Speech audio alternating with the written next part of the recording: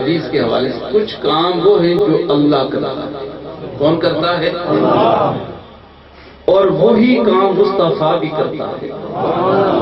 وہی کام جیسے اللہ رحیم ہے، اللہ تو حق تو یہ بنتا ہے کہ رحیم اللہ ہے، پھر مصطفیٰ کو رحیم نہیں ہونا چاہیے.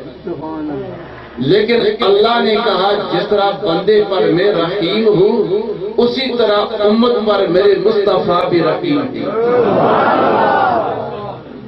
جس طرح رحمت کا دریا مجھ سے ملتا ہے ایسے ہی رحمت کا دریا میرے مصطفیٰ سے بھی ملتا ہے.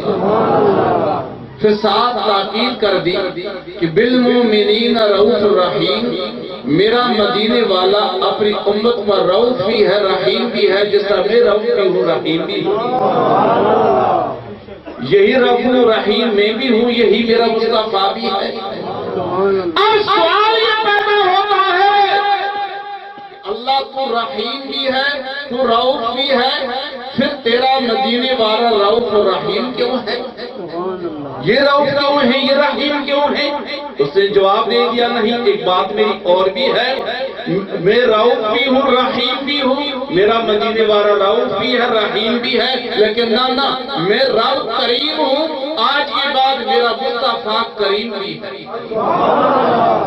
سوال یہ پیدا ہوا کہ تو رؤوف بھی ہے تو رحیم بھی ہے تو کریم بھی ہے، تیرا مصطفیٰ رؤوف بھی ہے رحیم بھی ہے کریم کیوں ہے؟ یہ تینوں باتیں کیوں ہی؟ اس نے کہا میں بتاتا ہوں کہ رب ہوں، کہ میں جبار بھی ہوں قہار بھی ہوں، میں جبار بھی ہوں قہار بھی ہوں. کہیں میری جباریت کی نظر پڑ جائے، میری قہریت کی نظر پڑ جائے، میرے بندوں تم میرے سامنے ٹھہر نہیں سکو گے. اس طرح جباری اور غفاری کے دریا کے سامنے میرے مصطفیٰ رحیم و کریم آئیں گے، میری رحمت کے دریا تبدیل ہو جائے گا.